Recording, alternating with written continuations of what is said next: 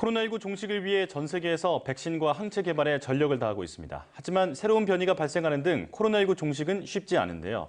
이런 가운데 달걀 노른자를 활용해 코로나19에 맞서는 항체를 만들려는 노력이 이루어지고 있다고 합니다. 어떤 내용인지 오늘 과학의 달인에서 박준동 서울대학교 시스템 면역의학 연구소장 모시고 자세하게 알아보겠습니다.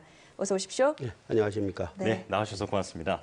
자, 우선 소장님께서는 면역 연구의 핵심으로 떠오르고 있는 시스템 면역의학 연구소장으로 지금 재직하고 계신데요. 자, 이곳이 어떤 일을 하는 곳인지 소장님께서 직접 소개해 주시죠. 네, 서울대학교 시스템 면역의학 연구소는 서울대학교에 있는 여러 이공계열 연구소 중에 하나로 특히 면역학 연구 그리고 그 면역학 연구와 임상의학 분야의 연계를 위해서 설립되었습니다. 네. 면역학적 병태 생리를 가지고 있는 질병의 원인, 진단, 방법, 치료에 대한 연구를 체계적으로 유전자 수준에서부터 동물 실험까지를 한 곳에서 진행할 수 있도록 계획한 그런 연구소입니다. 예. 연구소에는 유전자 분석은 물론 단백질 분석 및 활성도 측정, 다양한 세포 배양 및 분석을 위한 시설뿐만 아니라 독립된 건물에서 관리되는 동물 실험 시설이 있습니다. 네. 이런 시설과 연구 기자재를 이용하여 기초의학을 전공하는 학자들과 임상의학을 전공하는 의료인까지 모든 수준의 연구를 한 곳에서 진행할 수 있도록 설립된 연구소입니다. 그렇군요. 네. 이 연구소에서는 최근에 코로나19 바이러스에 대응할 수 있는 항체 검증 시험을 주체적으로 진행하고 있다고 들었습니다. 구체적으로 어떤 일을 하고 계신 건가요? 네, 저희 연구소에서 IgY 항체의 코로나19 바이러스 스파이크 단백질과의 결합력 그리고 그 결합을 저해하는 저해력에 대한 분석을 시행했습니다. 네. 용어가 다소 어려울 수 있는데 네. 우선 그 코로나19 바이러스가 우리 몸에 감염되는 원리를 보면 바이러스가 우리 몸에 들어와서 병을 일으키기 위해서는 코, 기도 같은 우리 몸에 있는 그 세포의 결합을 한 후 세포 내로 들어와 증식을 해야 되는 과정을 거치게 되는데 코로나19 바이러스의 특정 부위, 스파이크 단백질이라고 불리는데 이 단백질이 우리 몸 세포에 있는 AC2 수용체라는 특정 부위에 결합을 해야 한다고 합니다. 네. 만일 코로나19 바이러스 스파이크 단백질에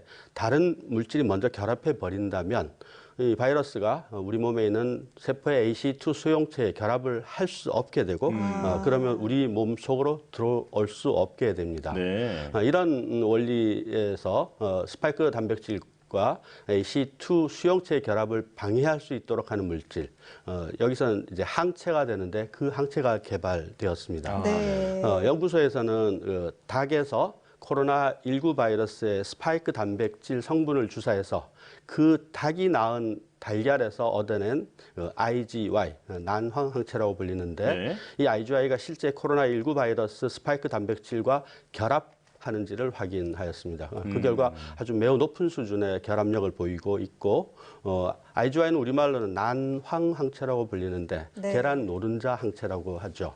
달걀 중에 노른자에서 추출해낸 그런 항체를 뜻합니다. 네. 자, 말씀하신 대로라면 그 달걀에서 분리해낸 항체가 코로나19 예방에 도움이 될 수 있다. 이렇게 얘기를 할 수 있을까요? 예, 그런 목적으로 이제 개발을 했고요. 달걀에서 분리해낸 IgY가 코로나19 방역 또는 예방에 쓰일 수 있는 가능성은 매우 높다고 볼 수 있습니다. 닭에게 코로나19 바이러스의 특정 성분, 특히 면역 반응을 일으킬 수 있는 성분을 주사하게 되면 닭은 코로나19 바이러스에 결합할 수 있는 IgY, 닭 항체죠. IgY를 자기 체내 생성을 하게 됩니다. 이 과정은 백신 접종과 거의 유사한 과정입니다. 이렇게 생성된 코로나19 바이러스의 결합력이 있는 IgY를 닭은 달걀 노른자의 높은 농도로 모으게 된답니다. 이런 아래 노른자에서 얻어낸 난황 항체, 즉 IgY는 코로나19 바이러스에 대한 결합력이 있고 이것을 통해 사람에서 코로나19 방역이나 예방을 하는데 이용할 가능성이 생기게 됩니다. 그렇군요. 이 항체의 결합력과 저해력을 이제 측정을 하셨다고 하셨는데 어떤 시험을 진행하신 건가요? 예, 연구소에서 실험을 3단계로 진행을 했습니다. 제일 먼저는 그 IgY가 실제 코로나19 스파이크 단백질과 하는지를 엘라이자라는 실험 기법을 통해서 분석하고 네. 예. 그다음에 이 IgY가 코로나19 바이러스의 스파이크 단백질이 세포의 ACE2 수용체와 결합하는 것을 실제 방어하는지 막는지 저해하는지를 확인을 했고 또 무엇보다 이런 결합력이 코로나19 바이러스의 변이종에서도 똑같이 나타나는지에 대해서 분석을 진행했습니다. 예. 네. 지금 아마 그림이 나오고 있을 텐데 네. 실제 IgY가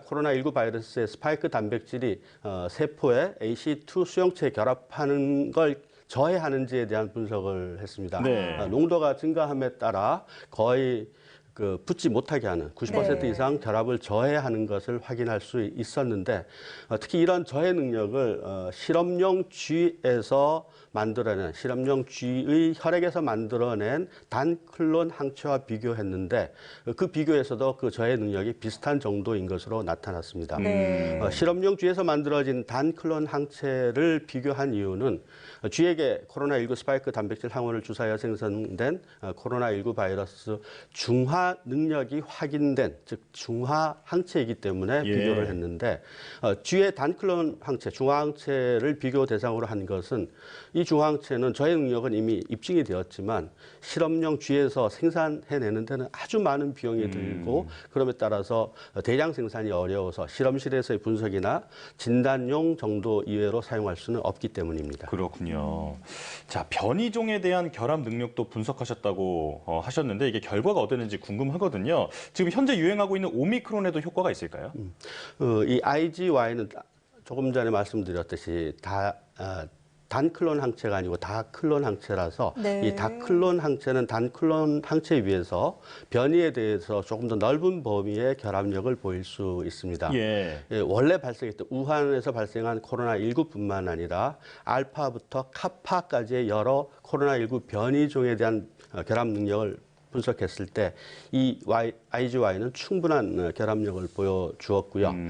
현재 문제가 되고 있는 새로 유행하고 있는 오미크론 변이에 대해서는 지금 현재 분석 중에 있고 아마 효과가 있을 가능성이 매우 높다고 판단하고 있습니다. 예. 이 IgY 항체가 실제로 어떻게 쓰일 수 있을지가 좀 관심이 모아질 것 같은데요. 외부 공기가 처음으로 유입되는 즉 이 호흡기의 끝, 코에서 바로 작용하는 방식이 개발됐다고 들었는데 어떤 건가요?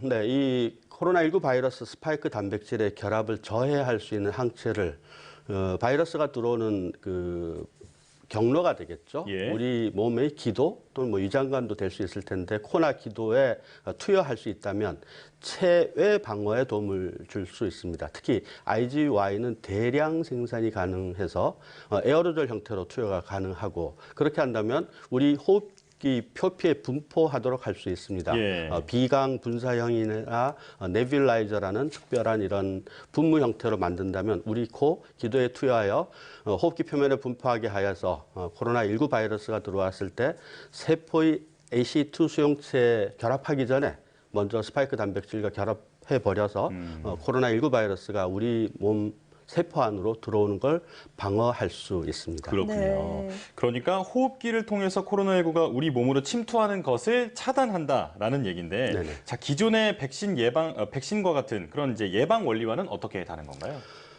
예, 바이러스 감염증 예방을 위한 대책은 뭐 서너 단계가 있을 수 있다고 생각합니다. 네. 지금도 하고 있지만 환자와 확진자의 접촉을 하지 못하게 하는 방역 단계가 있고 두 번째는 백신을 접종해서 항체를 가지게 하는 세 번째는 감염자에게 여러 기전의 치료약을 투여해서 중증 질환으로 진행이나 사망을 막는 것이 있을 텐데요. 네. 여기에 이 코로나19 바이러스에 대한 중화력이 있는 IgY를 우리 호흡기, 코, 기도 내에 투여한다면 혹시 들이쉰 공기 속에 있을 수 있는 코로나19 바이러스와 결합해서 세포 내로 들어오는 것을 저해할 수 있기 때문에 이미 백신을 맞아서 백신으로 형성된 체내 항체와 더불어서 감염의 차단을 체외에서부터 시작할 수 있는 역할을 할 수 있다고 생각됩니다. 그렇군요.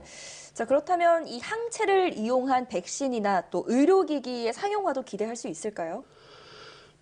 저희 연구소의 이 IgY의 유효성, 결합력과 저해력을 분석한 기업이 저희 연구소에서 시험한 결과를 토대로 제가 알기로는 식약청과 미국 FDA 제조 허가를 이미 받은 것으로 알고 있습니다. 네.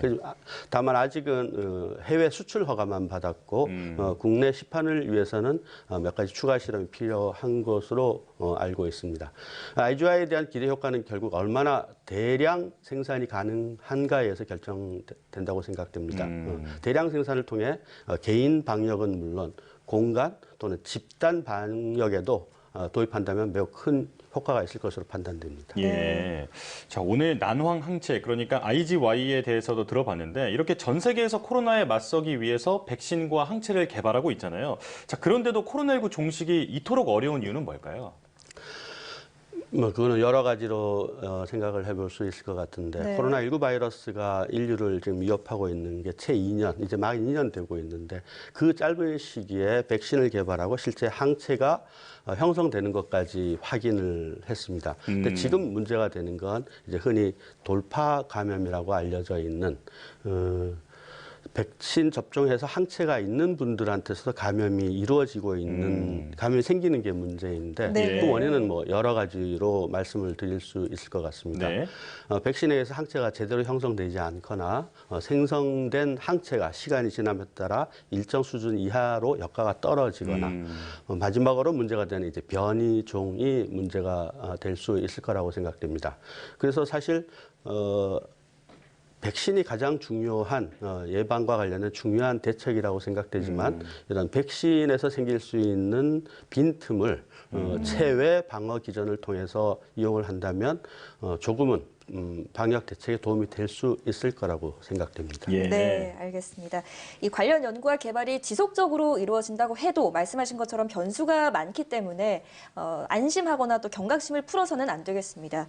지금까지 박준동 서울대학교 시스템 면역의학 연구소장과 함께했습니다. 고맙습니다. 감사합니다.